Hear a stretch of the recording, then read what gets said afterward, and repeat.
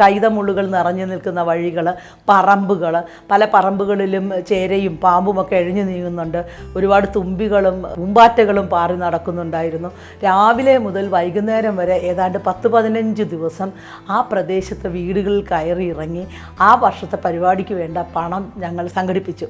നമ്മൾ ഈ ചെയ്യുന്ന കാര്യങ്ങൾ വലിയ കാര്യങ്ങളാണെന്നുള്ള വിചാരത്തോടെയൊന്നും അല്ല ചെയ്യുന്നത്. ഇതും ഒരു കുട്ടിക്കളിയാണ്, നമ്മളത് ആസ്വദിക്കുന്നു.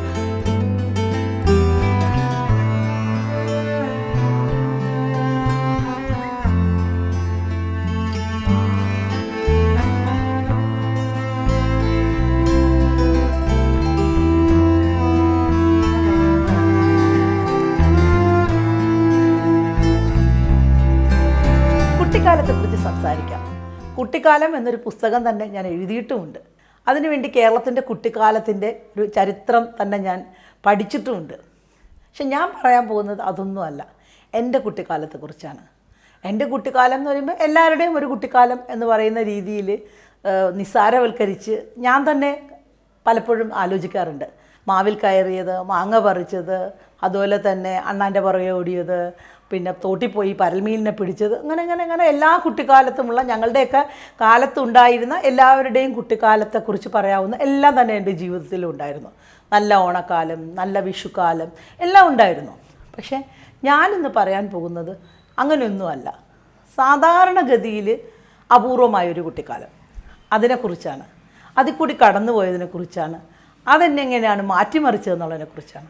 എനിക്ക് 10 വയസ്സുള്ളപ്പോഴാണ് എൻ്റെ അമ്മാവൻ ശ്രീകുമാർ എന്ന് പറയും, പേരൂർക്കട ശ്രീകുമാർ.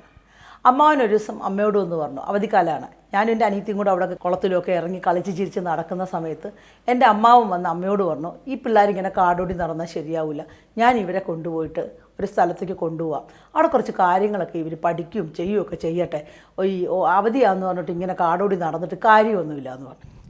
അപ്പോൾ അമ്മയ്ക്ക് വലിയ ഇഷ്ടമുള്ള അനിയനായതുകൊണ്ട് അമ്മ പറഞ്ഞാൽ എന്നാൽ നീ കൊണ്ടുപോയിട്ട് വാ, കുറച്ച് അടുത്ത് തന്നെയാണ്, നടന്നു പോകാനുള്ള ദൂരമുള്ളൂ, 2-3 കിലോമീറ്ററേ ഉള്ളൂ. അന്നൊക്കെ കിലോമീറ്റർ എന്ന് പറഞ്ഞാൽ ഇന്നത്തെ പോലെയല്ല, 2, 3, 4, 5 ഒക്കെ കിലോമീറ്റർ എന്ന് പറഞ്ഞാൽ നടന്നു പോകാനുള്ള ദൂരം ഉണ്ടായിരുന്ന ഒരു കാലത്ത്. 50 വർഷം മുമ്പാണ് ഞാൻ ഈ കഥ പറയുന്നത്. അമ്മ ഞങ്ങൾ രാവിലെയും കൂടെ 2 പേരെയും കൂടെ കൊണ്ടുപോയി. അവിടെ ചെന്ന് കഴിയുമ്പോൾ ഒരു വലിയ ഹോള്, അവിടെ കുറേ കുട്ടികൾ, എൻ്റെ പ്രായക്കാരായ കുറച്ച് മുതിർന്നതും കുറച്ച് താഴെയുള്ളതുമായ കുറേ കുട്ടികൾ ഇരിപ്പുണ്ട്, കുറച്ച് മുതിർന്നവരുമുണ്ട്.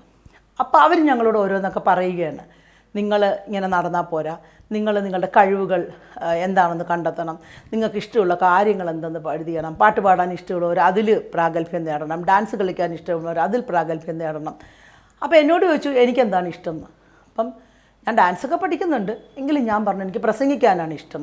അപ്പോൾ ശരി, അങ്ങനത്തെ കാര്യങ്ങൾ ചെയ്യാമെന്ന് പറഞ്ഞ് അത് ഇവർ എൻ്റെ അടുത്ത് പറഞ്ഞു, അവിടെ ഇരിക്കുക കുട്ടി എന്നൊക്കെ പറഞ്ഞു. കുറേ നേരം കഴിഞ്ഞപ്പോഴേക്കും അവിടെ ആ കുട്ടികളുടേതായ ഒരു ബാലവേദി എന്ന് പറയുന്ന ഒരു സംഘടന രൂപീകരിക്കുകയാണ് എന്ന് എനിക്ക് മനസ്സിലായി. അപ്പോൾ എൻ്റെ അമ്മാവൻ്റെ കെയർ ഓഫിലായിരിക്കാം ആ 10 വയസ്സുള്ള എന്നെ അതിൻ്റെ പ്രസിഡൻ്റായി തിരഞ്ഞെടുത്തു. അങ്ങനെ 10 വയസ്സിൽ ഞാൻ കരകുളത്തെ ബാലവേദിയുടെ പ്രസിഡൻ്റായി. അന്ന് മുതൽ വലിയ ഒരാൾ ചുമക്കേണ്ട ഉത്തരവാദിത്തങ്ങളൊക്കെ എൻ്റെ ആ കൊച്ചു തലയിലേക്ക് വന്ന് കയറാൻ തുടങ്ങി. എന്തെല്ലാമാണ്, എല്ലാ ഞായറാഴ്ചയും അവിടെ മീറ്റിംഗ് കൂടണം കുട്ടികളുടെ. അവിടെ വരുന്ന എല്ലാ കുട്ടികളും എന്തെങ്കിലും പരിപാടി അവതരിപ്പിക്കണം. ഈ പരിപാടി അവതരിപ്പിച്ചതും അവിടെ നടന്ന സംഭവം മുഴുവൻ സെക്രട്ടറിയുണ്ട്, പ്രസിഡൻറ്റും ഉണ്ട്, ഞങ്ങൾ 2 പേരും ചേർന്ന് അതെല്ലാം എഴുതി വയ്ക്കണം, റിപ്പോർട്ടുണ്ടാക്കണം. ഇങ്ങനെ 100 കാര്യങ്ങൾ. അപ്പോൾ ആദ്യത്തെ ഒരു മാസം വളരെ സന്തോഷത്തോടു കൂടി വന്നു, കുറേ കൂട്ടുകാരെ കിട്ടുന്നു, പിറ്റേന്ന് വരുമ്പോൾ അവിടെ പാടാനുള്ള കവിത പഠിക്കുന്നു, പ്രസംഗം പ്രിപ്പയർ ചെയ്തുകൊണ്ട് വരുന്നു. അങ്ങനെ കുറേ ബഹളമായി. ആദ്യത്തെ ഒരു 2-3 ആഴ്ച അങ്ങനെ സന്തോഷത്തോടി കടന്നുപോയി. അത് കഴിഞ്ഞപ്പോഴാണ് യഥാർത്ഥത്തിലുള്ള ഉത്തരവാദിത്വം വരുന്നത്. ആ ബാലവേദിയുടെ വാർഷികാഘോഷം നടത്തണം. അപ്പോൾ അതിന് വേണ്ടിയിട്ട് ഉള്ള പരിപാടികൾ ഈ മുതിർന്നവർ തന്നെ നമ്മളെ പഠിപ്പിക്കുകയാണ് എങ്ങനെയാണ് വാർഷികാഘോഷം നടത്തേണ്ടതെന്ന്. അപ്പോൾ ആരെയൊക്കെ പ്രസംഗിക്കാൻ വിളിക്കണം, എന്തൊക്കെ കലാപരിപാടി നടത്തണം, നോട്ടീസ് അടിക്കണം, ഓരോരോ വീട്ടിൽ പോയി പൈസ പിരിക്കണം, ഇത്ര പൈസ വേണം, ഇങ്ങനെയുള്ള ഉത്തരവാദിത്തങ്ങൾ. 10 വയസ്സുള്ള ഞാനും 9 വയസ്സുള്ള എൻ്റെ അനിയത്തിയും ഞങ്ങളുടെ പ്രായക്കാരായ 5-6 കുട്ടികളും ഇതൊരു വെല്ലുവിളിയായി ഏറ്റെടുത്തു. നോട്ടീസ് അടിക്കാനൊക്കെ മുതിർന്നവരുടെ സഹായം ഉണ്ടായിരുന്നു. അന്നത്തെ മന്ത്രിമാരെ കൊണ്ടുവന്നു, പിന്നെ പ്രസംഗിക്കാനായിട്ട് വേറെ ആളുകളെ കൊണ്ടുവന്നു, പല മത്സരങ്ങൾ കുട്ടികൾക്ക് നടത്തി. ഇതിൽ അത് കഴിഞ്ഞ് നോട്ടീസ് അടിച്ചു കഴിഞ്ഞ് ഈ നോട്ടീസും കൊണ്ട് ഞങ്ങളോട് പറഞ്ഞു ഇതിൻ്റെ പണം മുഴുവൻ നിങ്ങൾ പിരിച്ചു കൊണ്ടുവരണമെന്ന് പറഞ്ഞു. അതായിരുന്നു ഏറ്റവും വലിയ വെല്ലുവിളി. ഞങ്ങൾ പിന്നെ ഒരു വെയിലത്ത് ആ കരകുളം എന്നുള്ള പ്രദേശത്തെ എല്ലാ വീടുകളിലും കയറി ഇറങ്ങി ഞങ്ങൾ പിരിവ് ചോദിക്കുകയാണ്. കുറേ നോട്ടീസും കൊണ്ട് കുറേ കൊച്ചു പിള്ളേർ. ഇവരെ കാണുമ്പോൾ തന്നെ ആളുകൾക്കെല്ലാം ഒരു തമാശ. ചിലപ്പോൾ 50 പൈസ 1 രൂപയൊക്കെയാണ് തരുന്നത്. പക്ഷേ മിക്ക വീടുകളിൽ നിന്നും മുടങ്ങാതെ ഞങ്ങൾക്ക് തന്നിരുന്ന കുറച്ച് കാര്യങ്ങളുണ്ട്. നെല്ലിക്ക ഉപ്പിലിട്ടത്, കാരക്ക ഉപ്പിലിട്ടത്, മാങ്ങ ഉപ്പിലിട്ടത്, പിന്നെ കഞ്ഞിവെള്ളം ഉപ്പൊക്കെ ഇട്ട് ചൂടോടെ. കുട്ടികൾ ഇത് കഴിച്ചിട്ടേ പോകാവൂ, നിങ്ങൾ ഇവിടെ ഇരുന്ന് കഞ്ഞിവെള്ളം കുടിച്ചിട്ട് പോകണം, ഇല്ലെങ്കിൽ നിങ്ങളിങ്ങനെ നടക്കുമ്പോൾ ക്ഷീണിക്കും എന്നും പറഞ്ഞു. അപ്പം അങ്ങനെ തുറസായ ഒരു ജീവിതത്തിലേക്ക് അവിടെ നിന്ന് എൻ്റെ യാത്ര ആരംഭിക്കുകയാണ്.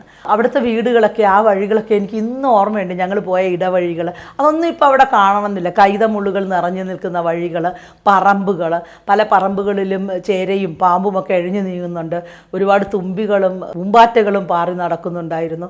രാവിലെ മുതൽ വൈകുന്നേരം വരെ ഏതാണ്ട് 10-15 ദിവസം ആ പ്രദേശത്തെ വീടുകളിൽ കയറി ഇറങ്ങി ആ വർഷത്തെ പരിപാടിക്ക് വേണ്ട പണം ഞങ്ങൾ സംഘടിപ്പിച്ചു. അതൊരു വലിയ അനുഭവമായിരുന്നു. നമ്മളുടെ എന്താ പറയുന്നത്, നമ്മളൊരു പൊതുരംഗത്ത്, നമുക്കറിയാം നമ്മുടെ നാട്ടിൽ സ്ത്രീകൾക്ക് പൊതുരംഗത്തേക്കൊക്കെ വരാൻ വലിയ പാടാണ്. കുട്ടികളുടെ കാര്യം പറയുകയും വേണ്ട. ഇത് അടിസ്ഥാനപരമായി തന്നെ നമ്മളെ മാറ്റിമറിക്കുകയാണ് ഈ അനുഭവം എന്ന് പറയുന്നത്. ഓരോ മനുഷ്യരുടെയും സ്നേഹം അല്ലെങ്കിൽ കരുണ അതെല്ലാം നമ്മൾ അറിയുകയാണ്. പിന്നെ കുട്ടികൾ എന്നുള്ള നിലയ്ക്ക് ആൺകുട്ടികളും പെൺകുട്ടികളും ഞങ്ങൾ ഒരുമിച്ച് പോയിട്ടാണ് ഇതെല്ലാം ചെയ്യുന്നത്. 50 വർഷം മുമ്പാണെന്ന് ഓർക്കണം, ഇന്നത്തെ പോലെയല്ല. പക്ഷേ ആരും തന്നെ നമ്മളെ ഏതെങ്കിലും തരത്തിൽ ഉപദ്രവിക്കാൻ വന്നെന്നോ അല്ലെങ്കിൽ ഈ ആൺകുട്ടികളും പെൺകുട്ടികളും ഒരുമിച്ച് നടക്കാൻ പാടില്ലെന്നോ എന്നുള്ള ഒരു തരത്തിലുള്ള റെസ്ട്രിക്ഷൻസും ആ സമയത്ത് നമുക്കുണ്ടായിട്ടേ ഇല്ല. അത് കഴിഞ്ഞ് വളരെ നന്നായിട്ട് തന്നെ ആ വാർഷികാഘോഷം നടത്തുകയുണ്ടായി. ഞാൻ അങ്ങനെയാണ് പ്രസംഗിക്കാനൊക്കെ ശരിക്കും സ്റ്റേജിൽ, വലിയ സ്റ്റേജിൽ അന്നൊക്കെ പന്തലിട്ട് ഓലയിട്ട് സ്റ്റേജ് കെട്ടി തുണിയെല്ലാം വലിച്ചു കെട്ടി അതിനകത്ത് എഴുതി അങ്ങനെയൊക്കെ ഇന്നത്തെ പോലെയല്ല, വളരെ പ്രയാസകരമാണ് ഒരു മീറ്റിംഗ് സംഘടിപ്പിക്കുക എന്നുള്ളത്. പക്ഷേ ആ 10 വയസ്സ് മുതൽ എനിക്കതിന് കഴിഞ്ഞു. അപ്പോഴേക്കും ഞാൻ ബാലവേദിയുടെ ജില്ലാ നേതൃത്വം, ബാലവേദി എന്നുള്ള സംഘടനയുടെ ജില്ലാ നേതൃത്വത്തിലേക്ക് വന്നു. അപ്പോൾ തിരുവനന്തപുരത്തിൻ്റെ പല ഭാഗങ്ങളിൽ പോയി ഇതുപോലുള്ള കുട്ടികൾക്കുള്ള സംഘങ്ങൾ രൂപീകരിക്കാനുള്ള ചുമതല വന്നു. അപ്പം ഞാൻ ഒറ്റയ്ക്ക് തന്നെയാണ് പോണത്. ചിലപ്പം എൻ്റെ കൂട്ടത്തിൽ ഇവരാരെങ്കിലും കൂട്ടുകാരോ അനിയത്തിയോ ഒക്കെ ഉണ്ടാവും. ഞങ്ങൾ പോയി ഓരോ സ്ഥലത്തെയും കുട്ടികളെ വീടുകൾ തോറും കയറി ഇറങ്ങി നടന്ന് അവിടെ ഒരു വീട്ടിൽ സംഘടിപ്പിച്ച് ഒരു പേരൊക്കെ ഇട്ട് അവിടെ ഒരു ബാലവേദി യൂണിറ്റ് ഉണ്ടാക്കി. അങ്ങനെ പല പല സ്ഥലങ്ങളിൽ ബാലവേദി യൂണിറ്റുകൾ ഉണ്ടാക്കുകയും കുട്ടികളെ സംഘടിപ്പിക്കുകയും അവിടുത്തെ വാർഷികാഘോഷങ്ങളൊക്കെ വരുമ്പം ഇതുപോലെ തന്നെ പണം പിരിക്കാനും അതുപോലെ സ്റ്റേജ് കെട്ടാനും ഒക്കെ ആ കുട്ടികളെ പഠിപ്പിക്കുകയും ഒക്കെ ചെയ്ത് കടന്നുപോയ ഒരു വലിയ രസകരമായ ബാല്യമുണ്ട്. അതിനകത്ത് നമ്മുടെ രാഷ്ട്രീയപരമായ ഒരുപാട് ചിന്തകൾ എന്നിലേക്ക് വന്നത് അപ്പോഴാണ്. സമൂഹം എന്താണ്, സമൂഹത്തിന് വേണ്ടി നമുക്ക് എന്തൊക്കെ ചെയ്യാൻ പറ്റും, കുട്ടികളാണെങ്കിൽ പോലും ഇതിൽ നിന്നൊന്നും മാറി നിൽക്കേണ്ട കാര്യമില്ല എന്നൊക്കെയുള്ള വലിയ വലിയ പാഠങ്ങൾ എന്നെ പഠിപ്പിച്ചത് ആ കുട്ടിക്കാലത്തെ പൊതുപ്രവർത്തനമാണ്. പൊതുവേദികളിൽ പോയി പ്രസംഗിക്കാനായിട്ട്, ഓരോരോ വീടുകളിൽ പോയി മനുഷ്യരോട് സംസാരിക്കാനായിട്ട്. അപ്പം ഞങ്ങൾ ഈ കുട്ടികളുടെ സംഘം ആ പ്രദേശത്തെ ചെറിയ ചെറിയ സാമൂഹ്യ പ്രവർത്തനങ്ങളൊക്കെ ഏറ്റെടുക്കുമായിരുന്നു. എന്തെങ്കിലും ചെറിയ തോതിൽ പണമൊക്കെ പിരിച്ചിട്ട് അവിടെ വയ്യാതെ ആരെങ്കിലും ഉണ്ടെങ്കിൽ അവർക്ക് എന്തെങ്കിലുമൊക്കെ സഹായിക്കുക. കുട്ടികൾ ഒറ്റപ്പെടുന്ന കുട്ടികൾ അല്ലെങ്കിൽ സുഖമില്ലാത്ത കുട്ടികൾ, അവരെ നോക്കാൻ എന്ത് ചെയ്യാൻ പറ്റും, അവരുടെ വീട്ടിൽ പോയിരുന്ന് അവർക്ക് പാട്ട് പാടുക, അവർക്ക് കഥ പറഞ്ഞു കൊടുക്കുക. അങ്ങനെയുള്ള കുട്ടികളെ നമ്മുടെ ഈ വേദിയിൽ കൊണ്ടുവന്നിട്ട് അവർക്ക് കുറച്ചുകൂടി ഇൻക്ലൂസീവായിട്ട് അല്ലെങ്കിൽ അവരെയും കൂടെ ഞങ്ങളുടെ കൂടെ ചേർത്ത് കൊണ്ട് പരിപാടികൾ അവതരിപ്പിക്കുക. അങ്ങനെ വലിയ ഒരു മനുഷ്യ ജീവിതത്തിൻ്റെ ഒരു ചെറിയ തുടക്കം എന്ന് പറയുന്നതായിരുന്നു എൻ്റെ കുട്ടിക്കാലം. ഇന്ന് നമ്മൾ കുട്ടികളെ എവിടെയെങ്കിലും ഇത്ര സ്വതന്ത്രമായി വിടുവോ? തിരുവനന്തപുരത്തിൻ്റെ മുക്കിലും മൂലയിലും ബസ്സിൽ കയറിയും കിലോമീറ്ററുകളോളം നടന്നുമൊക്കെ ഈ പരിപാടികൾക്ക് സംഘടിപ്പിക്കാനും ഇതിനുവേണ്ടി കുട്ടികളെ കാണാനും ആളുകളെ കാണാനും ഒക്കെ ഞാൻ ഒരു 50 വർഷം മുമ്പുള്ള തിരുവനന്തപുരത്ത് യാത്ര ചെയ്തിട്ടുണ്ട്. ഇപ്പോൾ ശരിക്കും നോക്കുമ്പോൾ ഓരോ വൈകുന്നേരമൊക്കെ ഞാൻ വിചാരിക്കും ട്യൂഷൻ സെൻ്ററുകളുടെ മുന്നിൽ കുട്ടികൾക്ക് വേണ്ടിയിട്ട് കുട്ടികളെ കൊണ്ടാക്കിയിട്ട് അച്ഛനും അമ്മയും കാത്തു നിൽക്കുമ്പോൾ, അതുപോലെ തന്നെ എവിടെ പോകണമെങ്കിലും നമ്മൾ കുട്ടികളെ കൊണ്ടാക്കുകയും തിരിച്ചു വിളിച്ചു കൊണ്ടുവരികയും ചെയ്യുന്നു. അത്രമാത്രം സുരക്ഷിതമല്ലാത്ത ഒരു കാലത്തിലേക്ക് നമ്മൾ കടന്നെത്തിയിട്ടാണോ, നമ്മൾക്ക് സുരക്ഷിതത്വത്തെക്കുറിച്ചുള്ള അമിതമായ ഒരു ബോധമുണ്ടായിട്ടാണോ നമ്മൾ ചുറ്റും പണ്ടും ഇതുപോലെ ഇതുപോലെയൊക്കെ അപകടങ്ങൾ ഉണ്ടായിരുന്നിട്ട് റിപ്പോർട്ട് ചെയ്യാത്തതാണോ എന്നൊക്കെ പറഞ്ഞ് പലതരത്തിൽ നമുക്കിതിനെ വ്യാഖ്യാനിക്കാം. പക്ഷേ എന്നെയൊക്കെ സംബന്ധിച്ചിടത്തോളം വളരെ സുരക്ഷിതമായ തെരുവീഥികളായിരുന്നു അന്ന് ഉണ്ടായിരുന്നതെന്നാണ് എൻ്റെ ഇപ്പോഴത്തെ ഓർമ്മയിൽ. അങ്ങനെ ഒരു അനുഭവങ്ങളൊന്നുമില്ല. നമ്മൾ ഈ ചെയ്യുന്ന കാര്യങ്ങൾ വലിയ കാര്യങ്ങളാണെന്നുള്ള വിചാരത്തോടെയൊന്നും അല്ല ചെയ്യുന്നത്. ഇതും ഒരു കുട്ടിക്കളിയാണ്. നമ്മളത് ആസ്വദിക്കുന്നു. നമ്മളൊരു മീറ്റിംഗ് നടത്താനും കുട്ടികളെ സംഘടിപ്പിക്കാനും അവരുടെ കലാപരമായ സാഹിത്യപരമായ അവരുടെ പല തരത്തിലുള്ള കഴിവുകൾ പരിപോഷിപ്പിക്കാനും അവരുടെ ജീവിതത്തിനകത്ത് സന്തോഷം നൽകാനുമൊക്കെ നമുക്കും കൂടി ഈ ലോകത്ത് പിന്നെ ഇതിനൊക്കെയുള്ള ഒരു ഉത്തരവാദിത്വമുണ്ട് എന്നൊക്കെയുള്ള സാധാരണ ഒരു ജീവിതമായിട്ടാണ് എനിക്ക് അന്ന് തോന്നിയത്. പക്ഷേ ഇന്ന് തിരിഞ്ഞു നിന്ന് മാറിയ കാലത്ത് നിന്ന് നോക്കുമ്പം അതുപോലെ ഒരു അനുപൂർവമായ അനുഭവം എത്ര കുട്ടികൾക്ക് കിട്ടിക്കാണുമെന്ന് എനിക്ക് സംശയമുണ്ട്. എന്നെ വളർത്തിയത്, എന്നെ പിന്നെയുള്ള കാലത്തിലേക്ക് എന്നെ പരുവപ്പെടുത്തിയത് സത്യം പറഞ്ഞാൽ ആ 3-4 വർഷങ്ങളായിരുന്നു.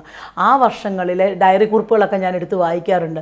എത്ര ഉന്മേഷത്തോടു കൂടി, എത്ര ഉന്മാദത്തോടു കൂടിയാണ് ആ ഓരോ അവധിക്കാലത്തും ഈ കുട്ടികളുടെ സംഘടനയുടെ പിന്നിൽ പ്രവർത്തിച്ച ഓരോ കാര്യങ്ങൾ ചെയ്തിരുന്നത് എന്നൊക്കെ ആ ഡയറി കുറിപ്പുകൾ എന്നെ ഓർമ്മിപ്പിക്കാറുണ്ട്.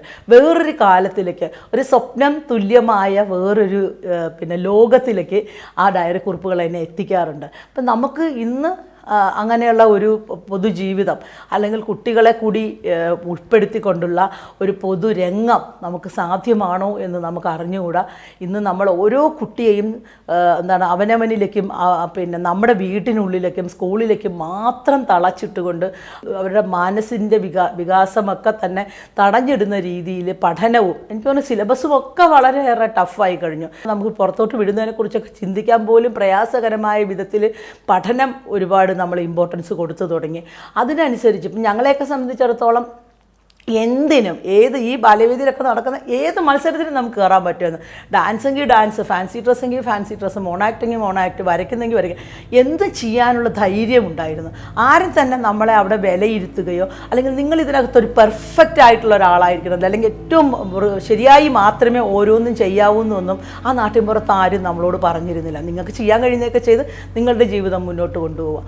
അങ്ങനെ ഒരു കാലത്ത് പൊതുരംഗത്തെത്തിയ ഒരു കുട്ടിയുടെ അനുഭവങ്ങൾ ഇന്ന് ഓർക്കുമ്പോൾ എനിക്ക് ശരിക്കും പറഞ്ഞാൽ വലിയൊരു എൻ്റെ ജീവിതത്തിൽ കിട്ടിയൊരു വലിയ സമ്പത്തായിട്ട് തോന്നുന്നു. വളരെ അപൂർവമായൊരു സമ്പത്തായിട്ടാണ് ഞാൻ എൻ്റെ ആ കാലത്തെ എടുത്തിരിക്കുന്നത്.